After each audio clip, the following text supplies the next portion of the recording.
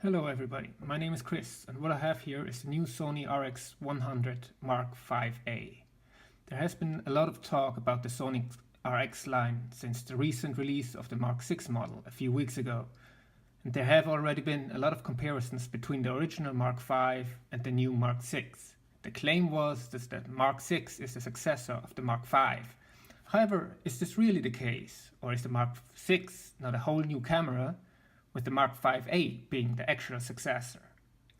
So, where does this Mark VA model fit in compared to the Mark V and the Mark VI? While all of these models share the same 20.1 megapixel 1-inch CMOS sensor and look pretty much the same from the outside, there are of course some differences technically.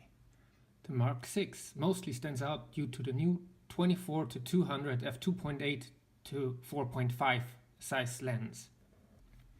For the Mark VA, however, Sony has kept the 24-70mm f1.8 to 2.8 size Variosona T lens with optical image stabilization, which was already in use in the previous model, and instead decided to update some other parts of the camera to close the gap between the Mark V and the Mark VI.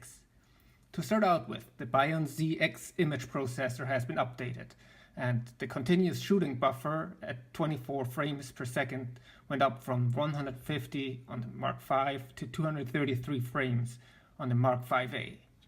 Another nice add-on has been the proxy movie mode. This means the camera can be saving a 720p copy of your footage alongside the recordings in 4K. Also, you have the new updated menu system, which also includes the new My Menu option, in which you can create your own menu structure by creating your own favorite shortcuts. This will surely make a lot of people happy, as the Sony menu has been known to not be the most intuitive. Some other changes were made on focus area registration, and there is also a new white balance mode, some light metering modes, and a new autofocus area mode. What has been removed are in-camera play memory camera apps. Just like on the Mark V, the Mark VA does not have a touchscreen, so this is something that can currently only be found on the Mark VI. The EVF still needs to be pulled out manually, again unlike on the Mark VI. And also autofocus is still marketed at 0.5 seconds, while the Mark VI model claims to be able to perform it in 0.3 seconds. The screen still only tilts down to about 45 degrees as it was on the original Mark V, whereas the Mark VI can tilt it down to a full 90 degrees. Another feature that can only be found on the Mark VI is the availability to record video in the hybrid log gamma or HLG HDR 4K UHD mode. So if any of this is something you urgently require or just would prefer to have, then you should definitely opt for the Mark VI model.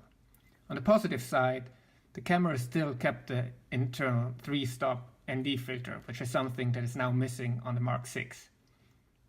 Else there are still many similarities, like the 5-minute limit of shooting in 4K to overcome the possibility of overheating, or the ability to shoot super slow motion of up to 960 frames per second in 1080p.